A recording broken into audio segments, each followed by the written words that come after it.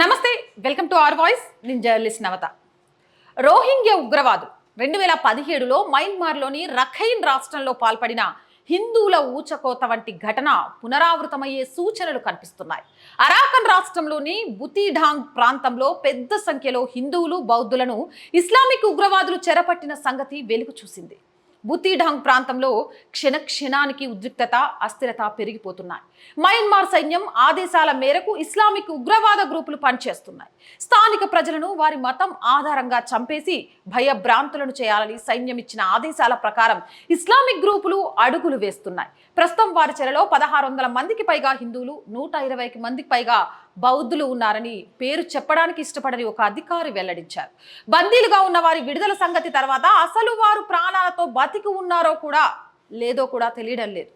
జాతుల పేరిట, మతం పేరిట ఘర్షణల్లో స్థానికులు ప్రాణాలు అరచేతిలో పెట్టుకొని పారిపోతున్నారు. ఏప్రిల్ 11న 2 యువకుల మెడలో నరికి చంపారు. మయన్మార్ సైన్యం నవంబర్ 2023లో అరాకన్ ఆర్మీ రెబల్ గ్రూపులపై పోరాటం మొదలుపెట్టాక ఆ ప్రాంతంలో అలజడి తలెత్తిన సామాన్య ప్రజలను చంపడం ఇదే మొదటి ఘటన. అరాకన్ ఆర్మీతో యుద్ధం చేయడానికి మయన్మార్ సైనిక పాలకులు Arakan Rohingya salvation army, Arakan Rohingya army సభ్యులను సైనిక శిక్షణ ఇచ్చారు అని తన ఉనికి బయట పెట్టడానికి ఇష్టపడని ఓ అధికారి వివరించారు. రోహింగ్యా ఉగ్రవాద గ్రూపులు తమ చెరపట్టిన హిందువులు, బౌద్ధుల ఇండ్లను లూటీ చేసి తగలబెట్టేస్తున్నారు. ప్రస్తుత సైనిక పాలకులు మతపరమైన విభేదాలు సృష్టిస్తున్నారని, వాటి ఉచ్చులో పడొద్దని ఇస్లామిక్ ఉగ్రవాద గ్రూపులకు స్థానిక తిరుగుబాటుదారులు నచ్చజెప్పే ప్రయత్నం చేస్తున్నారు. ఇక 2017లో రోహింగ్యా ఇస్లామిక్ ఉగ్రవాదులు మయన్మార్లోని రఖైన్ రాష్ట్రంలో 100 మందికి పైగా హిందువులను ఊచకోత కోసి చంపేశారు. ఈ సంఘటనపై అమ్నెస్టీ ఇంటర్నేషనల్ సమగ్ర దర్యాప్తు కూడా చేపట్టింది.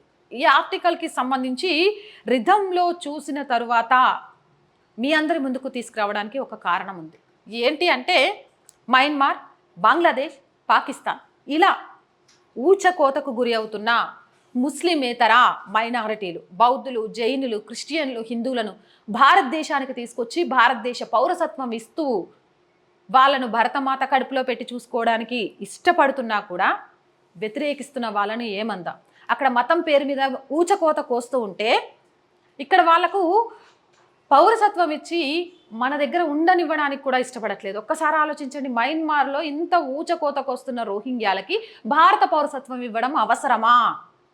ఈ ఆర్టికల్ చూసిన తర్వాత సోకాల్డ్ సుడో సెక్యులర్లు దీనికి సమాధానం చెప్పాలి. భారతదేశంలో మైనారిటీగా ఉన్న వాళ్ళకు రిజర్వేషన్లు ఇస్తున్నాం, మైనారిటీగా ఉన్న వాళ్ళకు ప్రత్యేక హక్కులు ఇస్తున్నాం, మైనారిటీలుగా ఉన్న వాళ్ళు మెజారిటీల మీద ఏం చేసినా ఏం కాదు అన్నట్టు చెల్లిపడిపోతుంది. ఎందుకో తెలుసా? భారతదేశంలో భిన్నత్వంలో ఏకత్వం అనేది నిరూపించాలనే ప్రయత్నంలో భాగంగా. కానీ పరాయి దేశంలో ఇక్కడ మెజారిటీగా ఉన్న హిందువులు అక్కడ మైనారిటీలుగా మారి బ్రతికున్నారో లేదో ప్రాణాలను అరచేతిలో గుప్పెట్లో పెట్టుకుంటూ భయాందోళనతో బ్రతుకుతుంటే దాని గురించి మాట్లాడడానికి సోకాల్డ్ సుడో సెక్యులర్లు ముందుకు రావడం లేదు. ఈ దేశంలో మాత్రమే వాళ్ళు పెత్తనం చేయాలని చూస్తున్నారు. ఎందుకు? ఆలోచించండి.